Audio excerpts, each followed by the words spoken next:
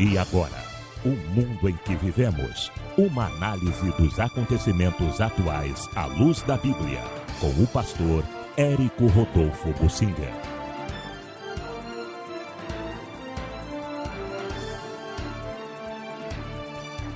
Nós estamos vendo os acontecimentos se sucederem. Por um lado, a mão pesada de Deus sobre o país. E, por outro lado, as entranhas do país sendo reveladas. O ministro da Saúde denunciando que no Brasil aviões fretados pelo SUS para levar remédios estavam levando drogas, tráfico de drogas, uma mancomunação dos setores públicos com o tráfico de drogas, usando aviões que eram para levar remédios, levando drogas também. E mais coisas vão aparecendo neste país. E tem mais coisas ainda para aparecer. Mas um incêndio no Ninho do Urubu, como é que aconteceu? Olha, nada acontece sem que Deus esteja no controle da situação. Deus permitiu que acontecesse aquele incêndio no chamado Ninho do Urubu, um centro de treinamento do Clube de Futebol Flamengo para menores, uma chamada assim, a base de formação. E há várias categorias no futebol. As categorias mais básicas é para revelar talentos. É quando os garotos, os infantis e depois adolescentes começam a despertar o seu talento para o futebol. E a experiência tem mostrado que esses grandes jogadores despertam seu talento na infância e na adolescência. Os grandes clubes estão investindo em formação de crianças e adolescentes, essas categorias de base, para desenvolverem a técnica e descobrirem talentos no futebol. Porém, é uma situação delicada. Os grandes deveriam ter dinheiro para sustentar uma situação boa. A formação de garotos no futebol não é muito onerosa, mesmo porque, em grande parte dos casos, os pais, as famílias pagam para o garoto estar treinando naquela categoria de base. A maior parte é paga, mas existe algum patrocínio também. Existem garotos pobres e cabe aos clubes descobrir que eles têm potencial, e se a família não pode pagar, então existe patrocínio que pague isto. Patrocínio não falta. Por exemplo, neste caso, este centro de treinamento do Flamengo foi levantado, que eles receberam mais de 10 milhões de reais em incentivos fiscais, principalmente através da Ambev, a Embev, e fabricante de cervejas, a maior do mundo, que é brasileira, e a Lafarge, fábrica de cimento. Este tipo de incentivo fiscal é bem típico e eles receberam, o Clube do Flamengo, mais de 10 milhões ali. Mas como o futebol é um poço sem fundo para gastar dinheiro, esse dinheiro não foi totalmente utilizado lá. As instalações eram muito simples, com containers e muito improviso. Mas nesse calorão tem que botar ar-condicionado, sabe? Lá Deus se é com gato também, porque nas comunidades muita gente tem ar-condicionado na base do gato de luz, não paga a luz, mas tem ar-condicionado. O Flamengo, a gente não sabe. Esses clubes grandes de futebol recebem patrocínio, mas eles também não pagam um monte de coisas. Até há pouco tempo, praticamente clube nenhum de futebol pagava INSS. era uma situação assim terrível. E eles não pagam muitos impostos. Por causa da fama do futebol, os setores públicos são levados a facilitar tudo, a abrir mão dos impostos, a não punir quando há uma transgressão de um clube de futebol, eles encobrem tudo aquilo. Existe, portanto, um submundo do futebol aí. Muita coisa escondida, e como o futebol faz sucesso e é algo assim agradável à população, existe uma tendência no Brasil de se esconder a título de futebol um monte de coisas erradas, se esconde tudo ali, não se paga imposto, faz de qualquer jeito, não tem fiscalização diária nenhuma, a comida, esse Anvisa vai entrar lá para fiscalizar a comida.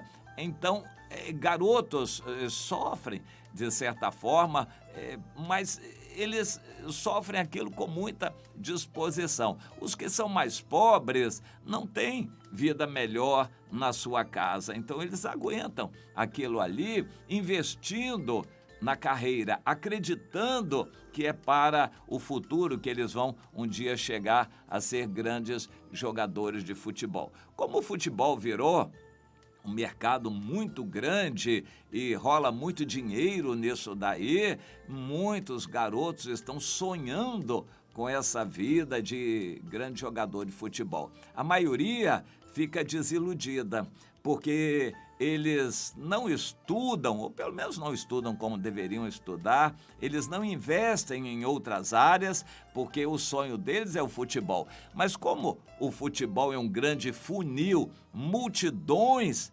começam e uma meia dúzia se torna famosa ou se profissionaliza com sucesso, o resultado disso tudo é que a esmagadora maioria desses que começam em categorias de base para jogar futebol, sonhar com uma carreira de jogador de futebol, a maioria fica desiludida e depois sem profissão.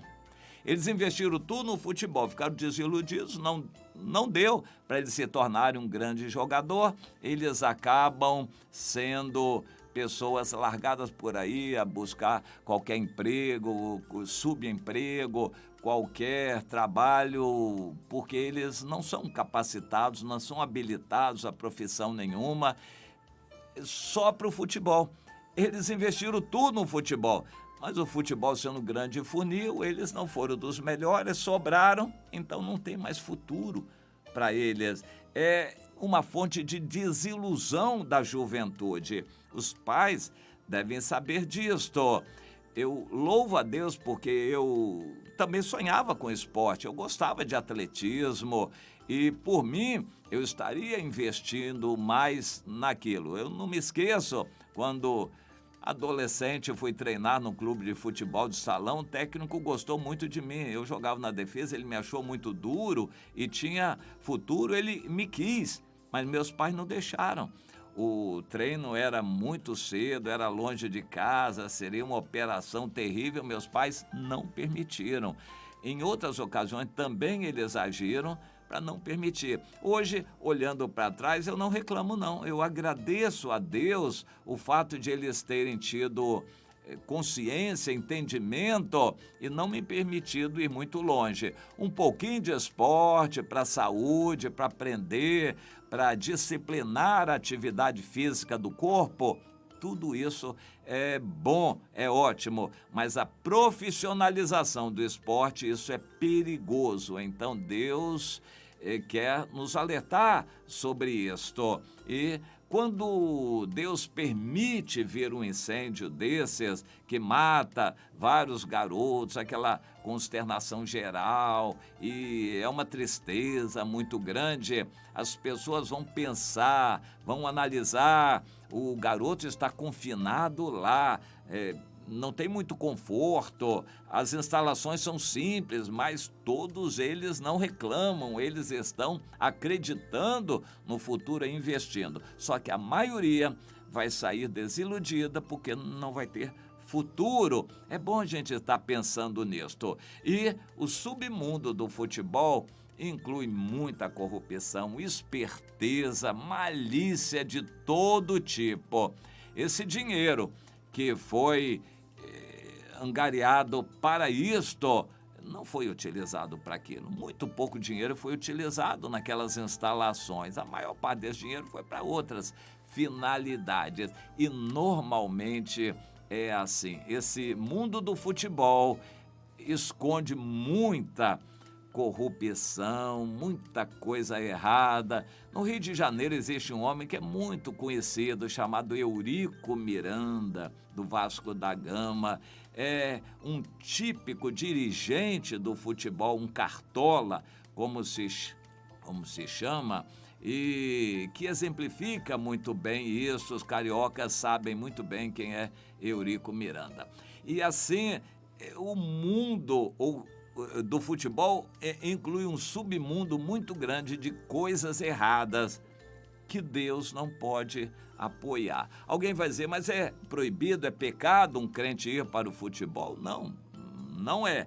A maioria que entra no futebol acaba dando mau testemunho, um Kaká, um Neymar, os que ficaram famosos dando mau testemunho do evangelho. Existem outros até que dão um bom testemunho, mas é preciso que se saiba, este mundo do futebol inclui um submundo que é tudo mundo aos olhos de Deus, que tem investido no reino de luz, no reino de Deus, o reino da verdade. Nós devemos procurar pautar nossa vida pelo reino da luz, da verdade, investir naquilo que é eterno. Então, meu irmão, minha irmã, cuidado, não seja enganado pelas propagandas do mundo, inclusive do futebol. Uma partida de futebol hoje transmitida pela televisão é um espetáculo.